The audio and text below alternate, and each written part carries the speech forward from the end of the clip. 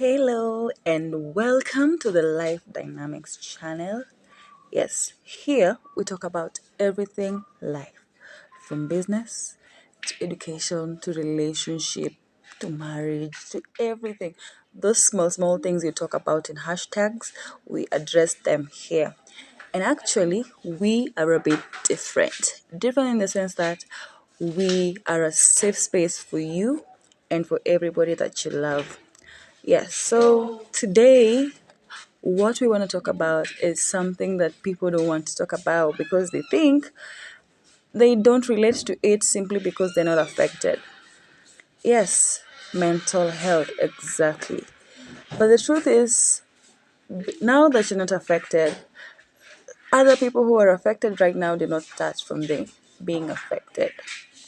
They actually just found themselves in those situations after a long period of neglecting or looking at those signs that led them to a place where they're mentally unstable.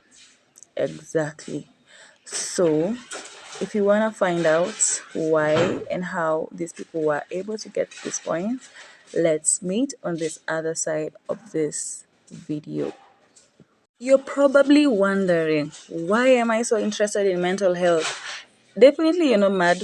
That's why you're understanding what I'm saying. You're not crazy.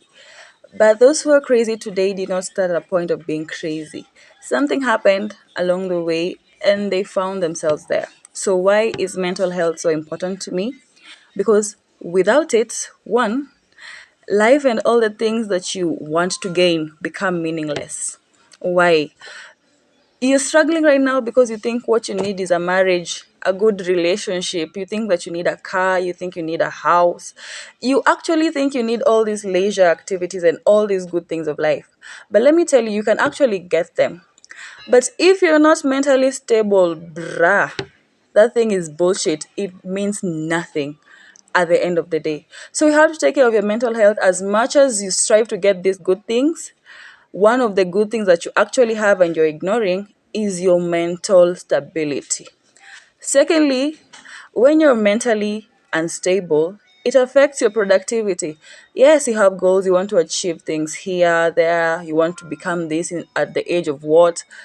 But if there is something wrong with your mental stability, you will not get to these places as fast as you want. So it's going to affect your productivity in class, at work, in your marriage, in your friendships. Like the things that you're working on will grow so slowly that you'll begin to hate yourself and think that actually they're not meant for you, but maybe they are, but because of mental instability, or maybe there is just something about your mental space that you're not taking care of, they go so slow and you will not be productive as you would have been if you were mentally stable.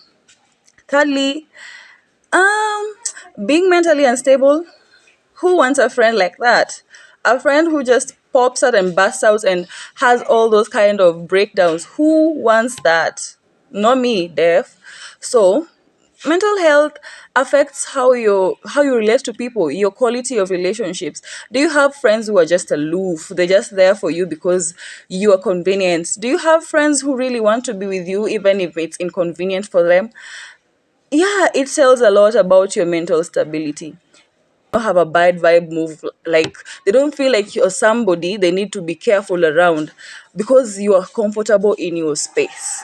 But when you're not comfortable in your space, even the people who are going to be around you will be people who are actually uncomfortable in their own space, and they're just here to hide so that you can hide each other together, and at the end of the day you will not be cultivating strong friendships or relationships. You'll just be there because actually this has a weakness that I know, and I'm staying here because they also know a weakness that somebody else knows about me, and that's why you're there. But people who are going to really stay in your life even if you push them away are actually detecting a sense of stability in your mental capacity.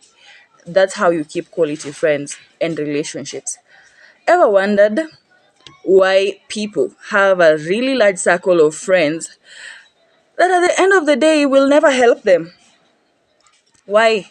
Because you're keeping relationships that are not actually quality, relationships that are not actually beneficial to you. They're just there. just there, just relationships, something, some people I know, a group of connection that I have, nothing important about that. Because actually, um, anyway, mental health also affects your ability to make really sound decisions.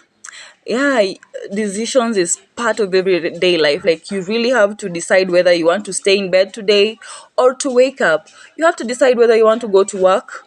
As much as you're employed, it comes back to the basic decisions. Yeah, deciding, I want to go to work today, I have to go to work today, I have to do this, I have to be here, I have to achieve one, two, and three.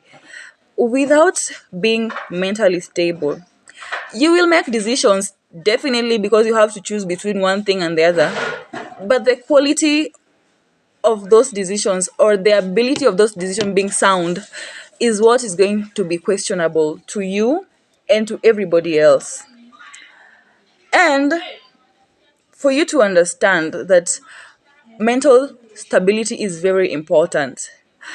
As human beings are the only creatures on earth that are given the ability to make those decisions. A cow cannot decide that, okay, I want to give milk today. It has to decide whether we're milking it or not.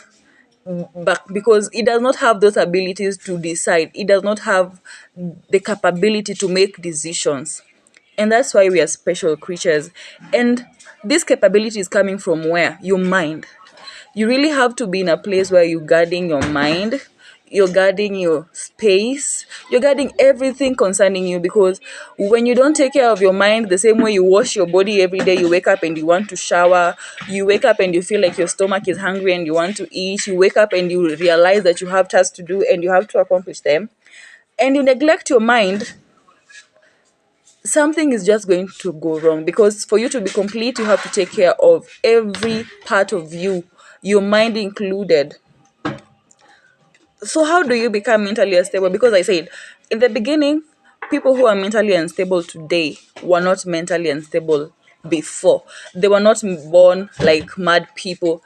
They actually developed this thing as along the way. Something happened and they became like that.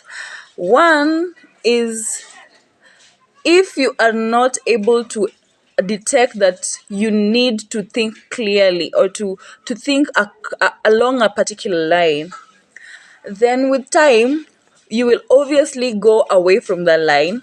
And the further you go from that clear thinking line, the nearer you are to mental instability. Okay, how do you know that you're not thinking clearly? You have fuzzy thoughts. Like, you're there, you want to decide where you want to go to work, but you have thoughts of whether you should PTA the club first before you go to work. Then okay, and then ukitokea club, like, your thoughts are not even in order. You're not aligning anything in the proper line. Secondly, you have multiple thoughts. This will affect your ability to think clearly, because you will not be able to prioritize things. You have a million priorities at once. Like, right now, let me say I want to shoot this video, I also want to be with my friends, I also want to be doing some assignment, I also want to be at work. At this particular time, I will not do either of the four. So what will I be giving as an excuse as to why I've not done all those things? I'll actually say I didn't have time, but the truth is my mind is not able to actually settle on a particular thought, I mean, and decide that this is what I'm going to do and this is what I'll do. Um, Another thing that makes people unstable mentally is the false arguments. You give yourself so many false arguments. Like, you don't want to come to terms with the facts. There are facts that you know that doing something is actually bad, but because you don't want to come to terms with that fact, you actually come up with so many excuses and so many false arguments that at the end of the day will violate your conscience, because your conscience actually gives you the right arguments. You ask your conscience, should I drive after I've just drunk all these bottles of beer? And your conscience tells you, no, don't drive. But you go ahead and say, many people have not died, they have been driving. I drove last time, I did not die, I did not. Those are false arguments. The true argument here is that drinking and driving is wrong.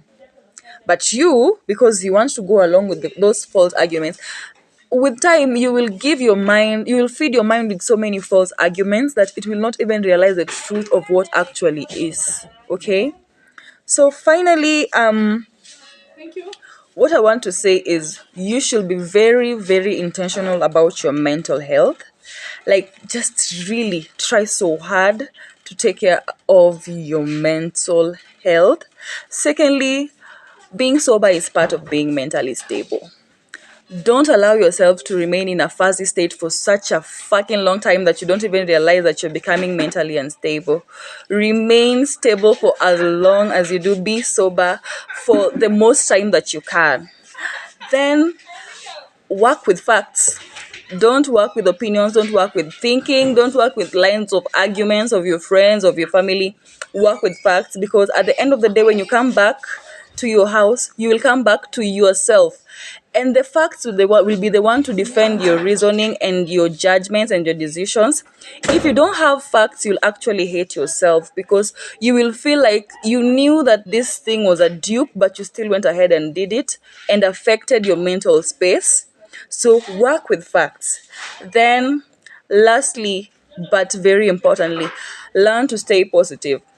Most of these mental instability cases are out of people always staying negative. You have a problem, you don't know how to solve it, but the first thing you have in your mind is, oh, if this was this, it would not have been this bad. You're always negative. If you're always negative, let me tell you, negativity is like a poison. It will eat into you, and one day, one time, it will overcome you and it will kill you, or put you in a place where you're more or less like cabbage. Thank you for watching, guys. Please don't forget to like, share, subscribe, and follow my YouTube channel for more videos. See ya.